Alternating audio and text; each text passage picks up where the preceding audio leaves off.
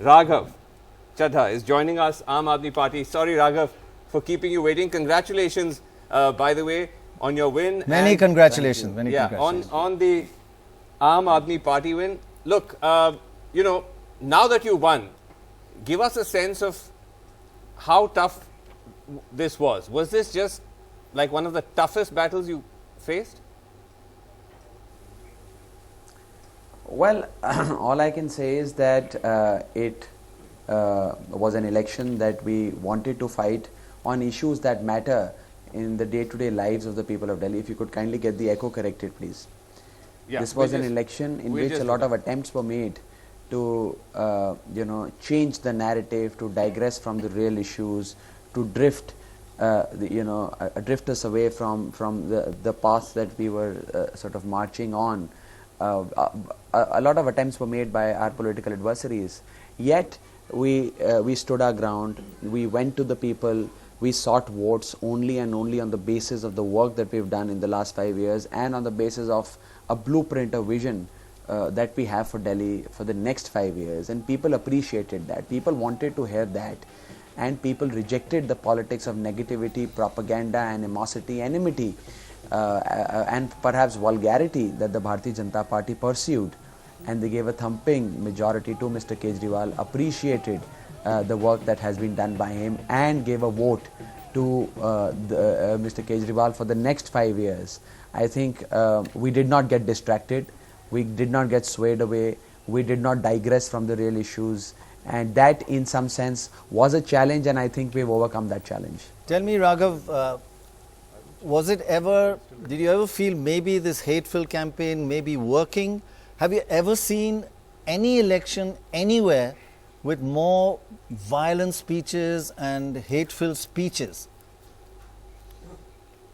Well, Dr. Roy, my experience in politics is only of 7 years, ever since the Aam Aadmi Party was born.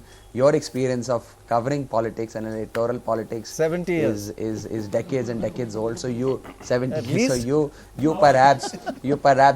you perhaps should answer this question. But I, in my limited political experience of the last 7-8 years, or have been working closely with Mr. Kejriwal, I have personally never seen any election which is so hate-filled, which is full of mudslinging, abusing, to a point where a democratically elected chief minister with perhaps the single biggest mandate in India's electoral history was being called an Atankwadi, a terrorist. In the last election, BJP called Mr. Kejriwal a Naxalite. This election, the BJP called him a terrorist. And I think people of Delhi have given the BJP a befitting reply. And they've made sure that the BJP understands that Mr. Kejriwal is their own beta. He's the Shravan Kumar of Delhi. He's the Ghar Ka Bada Beta. He's not an Atankwadi. He's not a terrorist. And I think to that extent, yes, the politics that we've seen over the last few weeks in Delhi has been very, very disappointing. And it has further lowered the bar as far as electoral politics and electoral just a campaigns are second, you're concerned. saying lowered the but bar. I would in the same breath certainly say, just a second, Raghav. well, I would certainly say the that bar was lowered, but the people rejected that. And does that mean that yes, everybody will think many times before going into such hateful campaigns again? Will it be a change in the future? Is it that important, this election? well, I hope and pray that it is. I hope and pray that it does. The Bharatiya Janata Party does understand that politics of negativity, propaganda, mudslinging, abuses, so on and so forth, and attempts to openly polarize the electorate are things that people will reject, because people want answers on the matters and issues that bother in the lives of people on a day-to-day basis. And if you were to look at the campaigns, and I'm not speaking simply on the basis of the results that you've seen in Delhi.